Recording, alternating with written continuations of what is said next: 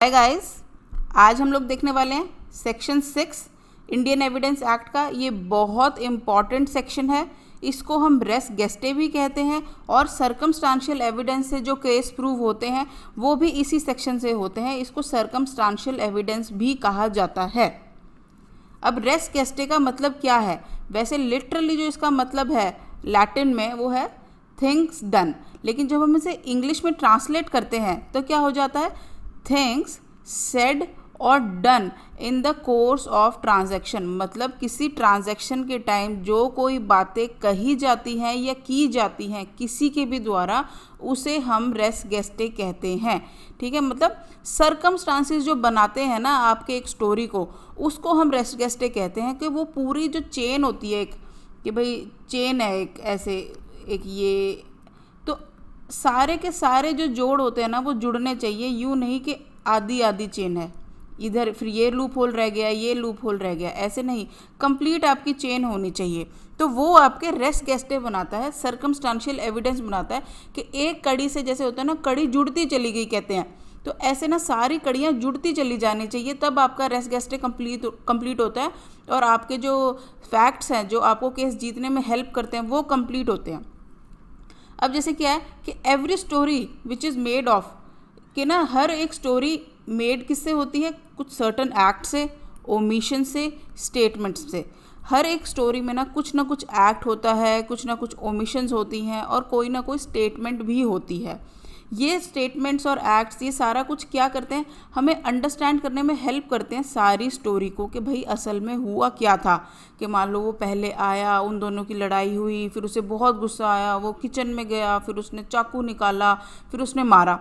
अब fact in issue तो क्या है कि भाई उसने उसको मारा, ठीक है, चाकू से मारा, लेकिन फिर कैसे? कि वो पहले आया था, उसको गुस्सा आया था, सारी चीज़ें ये क्यों हुई, कैसे हुई, उसने चिल्ली मारी ज़ोर से, वो कैसे हुई, ये सारी जो हो जाते हैं ये आपके रेस गेस्टे होती हैं, हमें एक स्टोरी को समझने में हेल्प करती है।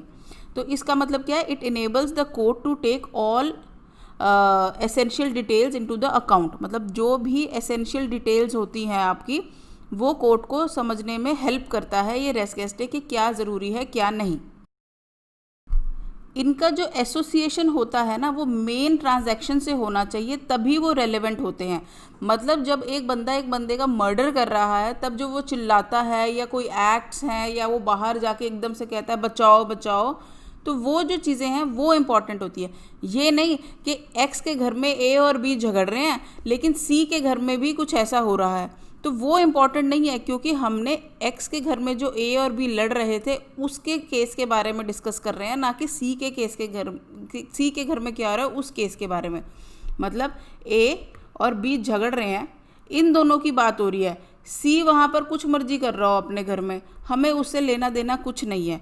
जो ए और बी से रिलेटेड है वही बातें होंगी कि इसने क्या एक्ट किया, इसने क्या एक्ट किया, या कोई विटनेस था उसने ज़ोर से चिल्लाया या कुछ भी, ये सारी बातें इंपॉर्टेंट होएगी। ठीक है, ये क्या होता है? It is a part of original evidence. मतलब ये ओरिजिनल एविडेंस का ही पार्ट बनता है। ये नहीं कि दूसरा कोई और एविडेंस होता है, उसी में जो ऐड होएगा, उसी को जो हेल्प करेगा एक स्टोरी बनाने में, वही आपके मेन पार्ट्स होते हैं। ये सर्कमस्टांशियल फैक्ट्स हैं। आपके जो स्टेटमेंट्स होते हैं वो जेस्चर से भी हो सकते हैं, और if any fact does not connect to the main transaction, अगर वो मेन ट्रांजैक्शन से नहीं उसका कोई लेना देना, जैसे हमने देखा कि सी के बारे में कि कोई भी लेना देना नहीं है, तो it is not a res gestae और देयरफॉर इनएडमिसिबल। सिर्फ वही फैक्ट्स एडमिसिबल होंगे जो उस इंसिडेंट से कोई लेना देना रखते हैं या उसको और बेहतर से समझने में हमारी मदद करते हैं, उन्हीं को कोर्ट कंसीडर करता है। अब हम डायरेक्ट बेयर एक्ट से देखेंगे कि ये सेक्शन 6 जो है आपका क्या कहता है। रेलेवेंसी ऑफ फैक्ट्स, मतलब उन फैक्ट्स की relevancy forming part of the same transaction, जो उस ट्रांजैक्शन का पार्ट फॉर्म करते हैं। मतलब जो हम बात कर रहे हैं, कोई इशू है, उसी ट्रांजैक्शन का वो पार्ट फॉर्म करते हैं, कहीं ना कहीं लिंक बिठाते हैं अगर, मतलब लिंक कड़ी बिठाते हैं अगर, तभी वो रेलेवेंट है। फैक्ट्स विच दो नॉट इन इशू, वो अकेले इशू में नहीं होते वैसे, लेकिन आर सो कनेक्टेड, वो ऐसे कनेक्ट हो जाते हैं फैक्ट्स इन इशू से कि वो फॉर्म करते हैं पार्ट उसी सेम ट्रांजैक्शन का। मतलब अकेला वो फैक्ट इशू नहीं है, लेकिन वो इतना ज़बरदस्त कनेक्टेड है जो कि फैक्ट इन इशू है, तो वो उसी पार्ट का कि भाई सेम ट्रांजैक्शन का पार्ट बन जाता है, वो ही रेलेवेंट होंगे, वो वेदर दे आर अकर्ड। ये बहुत इंपॉर्टेंट आपका प्रीलिम्स का क्वेश्चन है, at the same time and place, ठीक है, चाहे उसी समय पर या उसी जगह पर, और डिफरेंट टाइम्स एंड प्लेसेस, किसी और टाइम में किसी और जगह पर हो रहा है, वो फैक्ट कि ऐसी कड़ी बनाता है कि आपके उस ट्रांजैक्शन को कंप्लीट करता है, चाहे उसी समय हुआ हो या किसी और जगह पर किसी और टाइम पर अगर हुआ है तो, ठीक है। अभी ये आपको समझ में आ जाएगा ये क्या कह रहा है। A is accuse of the murder of B by beating him. A को मतलब एक्यूज है कि बी को उसने मार दिया मार मार के। वॉट एवर वॉज सेड, जो भी कहा गया या किया गया बाय ए और बी और बाय स्टैंडर्स जो खड़े थे मारते हुए, कैसे, बिफोर और आफ्टर, वो सारे के सारे आपके रेलेवेंट फैक्ट हैं। मतलब ए जब बी को मार रहा था तो जो ए ने बोला या बी ने बोला या कोई जो वहाँ पे खड़ा था उसने बोला, कैसे, शॉर्टली बिफोर, या तो मारने से पहले, नहीं नहीं भैया मारो मत, कोई नहीं गलती नहीं, छोड़ दो, या मार दिया होने के बाद मार दिया, ये जो चीज़ें हैं ये सारी इंपॉर्टेंट है, ये आपकी रेस्ट गेस्टे बनाती है, ठीक है। अब जैसे ये देखो, A is accuse of waging war against the government of India by taking part, ठीक है। तो troops are attacked, goals are broken, the occurrence of these facts is relevant, ठीक है। लेकिन ये जो है, चाहे ऐसा हो सकता है कि ए उस वेजिंग वॉर में मतलब भड़काने के लिए लोगों को कि भाई हमें गवर्नमेंट ऑफ इंडिया के अगेंस्ट केस करना, कुछ मतलब उनके अपोजिट आना है, वो चाहे उस जगह पे जब हुआ ये सब कुछ कि भाई प्रॉपर्टी डिस्ट्रॉय हो रही थी, ट्रूप्स पे अटैक हो रहा था, तब वो चाहे वहाँ पे प्रेजेंट था या नहीं था। ऐसे होता है ना कि मान लो बाहर से कोई टेररिस्ट ग्रुप होता है, वो यहाँ इंडिया में कुछ ना कुछ कर देता है,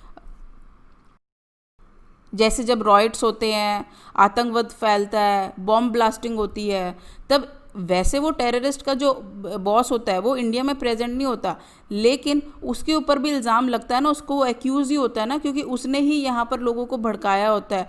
तो वो क्या हो गया, डिफरेंट टाइम एंड प्लेस में उसने सोचा होगा, करा होगा, सारी प्लानिंग करी होगी ना। तो जो डिफरेंट टाइम एंड प्लेस वाली बात थी ना, वो इधर से आती है कि वो कहीं और बैठा था, किसी और टाइम उसने प्लानिंग करी, लेकिन जिस टाइम कांड हो रहा था उस टाइम वो यहाँ नहीं था, ठीक है। तो इस वजह से, लेकिन फिर भी उसको भी एक्यूज़ हम कहेंगे, और कंप्लीट जो चेन है कि उसने बोला, उसने ट्रेनिंग दी, सारी चीज़ें वो आपकी एक चेन बनाती हैं। तो एक चेन बनना बहुत इंपॉर्टेंट है।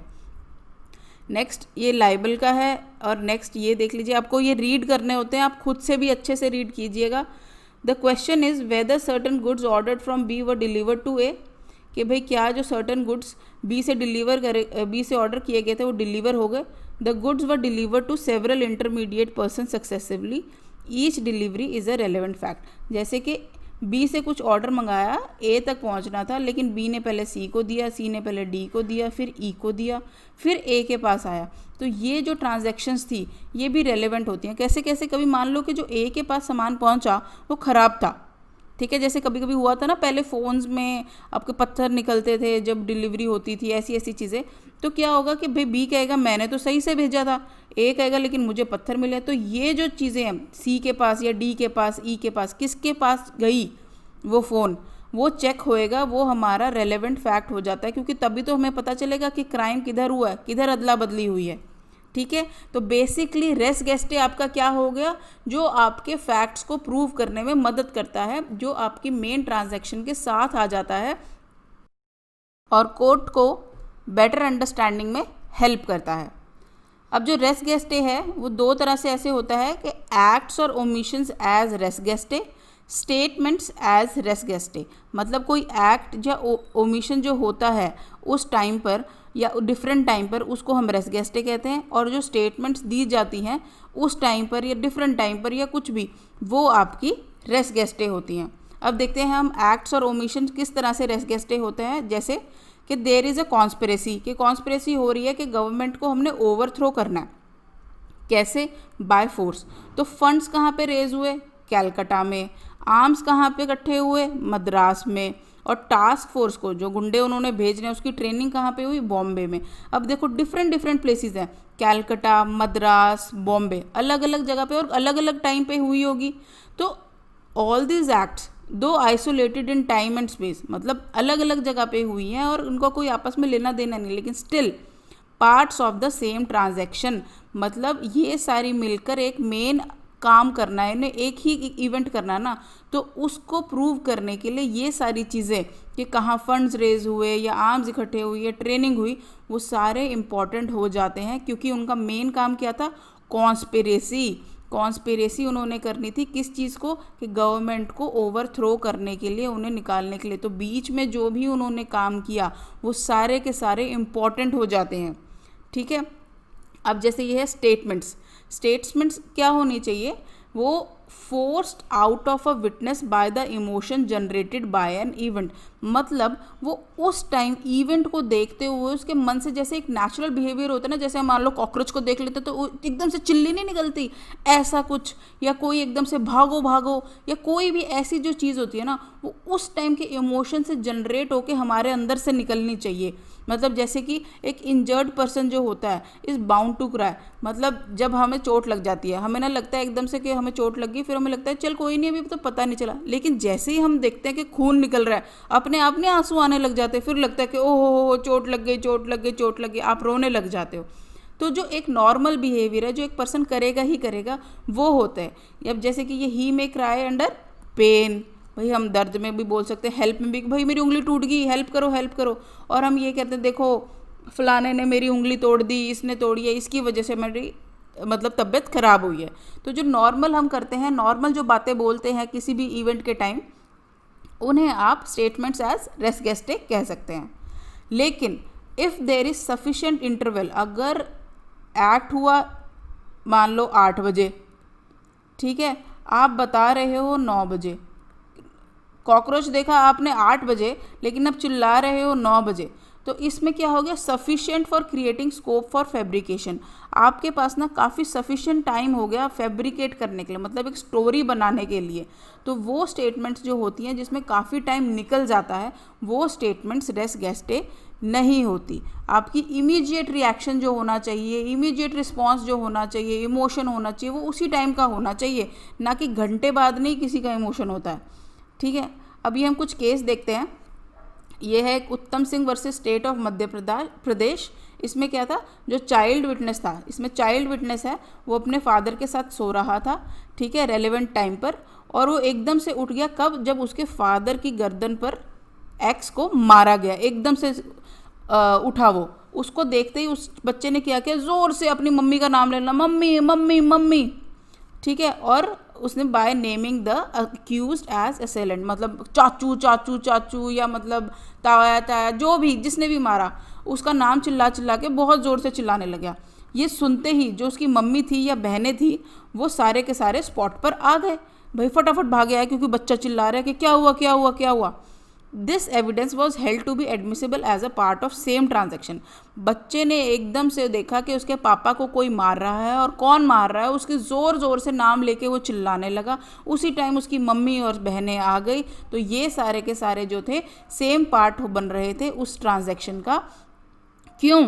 क्योंकि जो शाउट थी, एकदम से चिल्ला रहा है, कोई हमारे पापा को या किसी को मारेगा तो हम चिल्लाएंगे ना, was the natural and probable as per facts of the case. वो पता ही था कि भाई एकदम नेचुरल है, बच्चा घबरा गया, बच्चे ने ज़ोर ज़ोर से चिल्लाया, ठीक है, तो इसलिए ये रेलेवेंट है और आपका रेस गेस्टे में आता है। एक चीज़ और है कि अगर बच्चा जो होता है उस टाइम एकदम नम हो जाता, चुप हो जाता, लेकिन बाद में बताता, तो तब भी वो आपका एडमिसिबल होता अंडर सेक्शन 6। क्योंकि क्या होता है, बच्चे से ये भी एक्सपेक्ट करते हैं कि बच्चा कभी कभी उस इंसिडेंट पे एकदम चुप हो जाता है, बिल्कुल डर जाता है, सहम जाता है।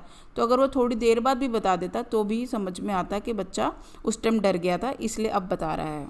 लेकिन इस वाले केस में तो उसी टाइम बच्चे ने चिल्लाया, ठीक है। अब ये बहुत इंपॉर्टेंट वाला केस है, ये रैटन वर्सेस क्वीन। इसमें क्या था कि एक लेडी जो मर गई असल में, उसने ना कॉल किया पुलिस को। तो पहले ऑपरेटर उठाया करते, तो उसने जैसे ही ऑपरेटर को फ़ोन किया और बोला कि please please get me police, और अपना एड्रेस दिया इतने। लेकिन उससे पहले कि ऑपरेटर पुलिस को कनेक्ट कर पाता, जो फ़ोन था वो कट गया। ठीक है, तो जब पुलिस पहुंची तो वहाँ पर वुमन जो थी डेड थी, मतलब उसकी डेथ हो चुकी थी। तो इस केस में man was prosecuted for the murder of wife. तो उधर घर पे उसका आदमी था और उसने, जो लेडी थी उसने फ़ोन किया था कि भाई मुझे फटाफट से पुलिस की भेज दीजिए क्योंकि मेरा हस्बैंड मुझे मारने वाला है। ठीक है, और जैसे ही पुलिस पहुंची तो उन्होंने देखा कि वो औरत मर भी चुकी थी। तो इससे क्या होता है कि कोई ऐसे तो फ़ोन करेगा नहीं ना पुलिस को कि प्लीज़ प्लीज़ मुझे बचा लो या घर पे पुलिस भेज दो।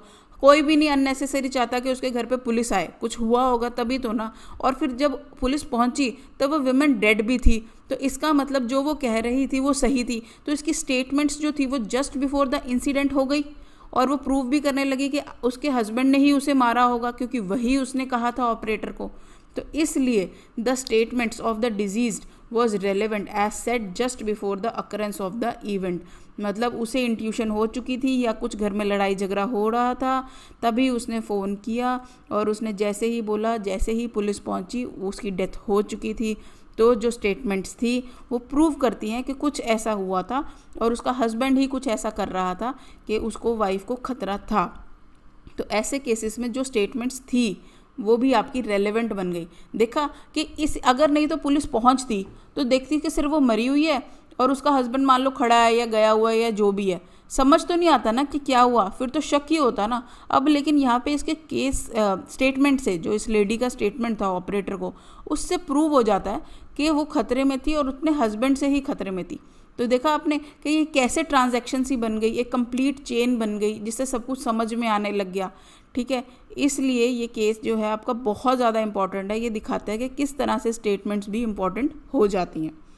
ठीक है, आई होप आप लोगों को समझ आ गया होगा। अगर आपको कोई भी डाउट हो तो आप लोग कॉल या कमेंट कर सकते हैं। Thank you.